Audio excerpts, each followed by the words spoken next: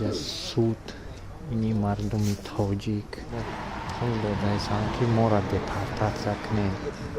زن هم هست مرد هم هست سمکاشو در پشت شد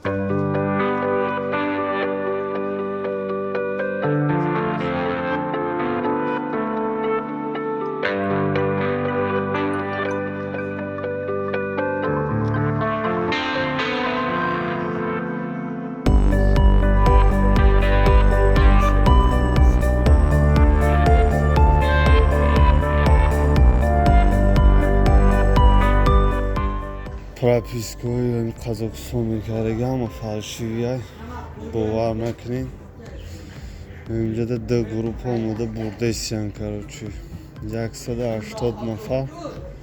43 نفرش توجیک خدمونه دیگرش ازبکن